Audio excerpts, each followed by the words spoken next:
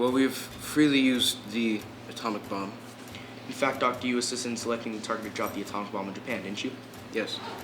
Then you knew, did you not, that dropping the atomic bomb on the target that you selected, that thousands of civilians would be killed or injured? Yes, well, not as many as turned out. Oh, well, how many were killed or injured? 70,000. 70,000 at both Hiroshima and... 110,000 at both.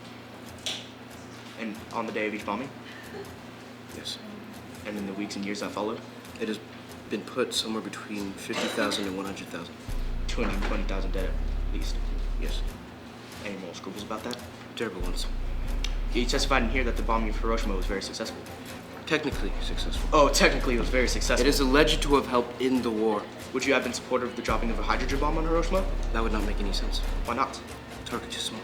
Well, supposing there had been a target in Japan big enough for the dropping of a thermonuclear weapon, would you have been supportive of the dropping of it? This is not a problem which I was confronted with. I'm confronting it with you now, Doctor. It was all part of his plan. He wanted that glorious, insincere guilt of the self-importance to wear like a damn crown, saying, oh, we cannot go down this road, even as he knew we would have to.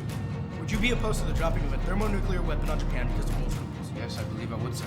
Did you oppose the dropping of an atom bomb in Hiroshima because of moral scruples? We set forth No, our you. I'm asking you.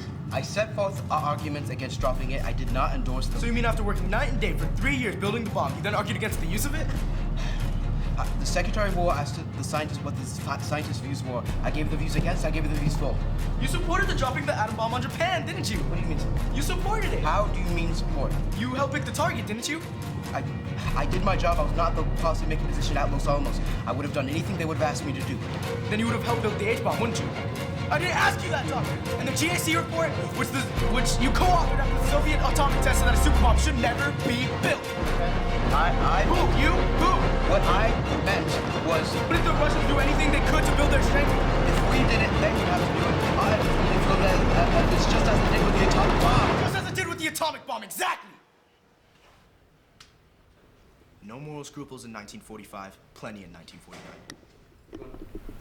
Dr. Oppenheimer, when did your strong moral convictions with respect to the hydrogen bomb develop?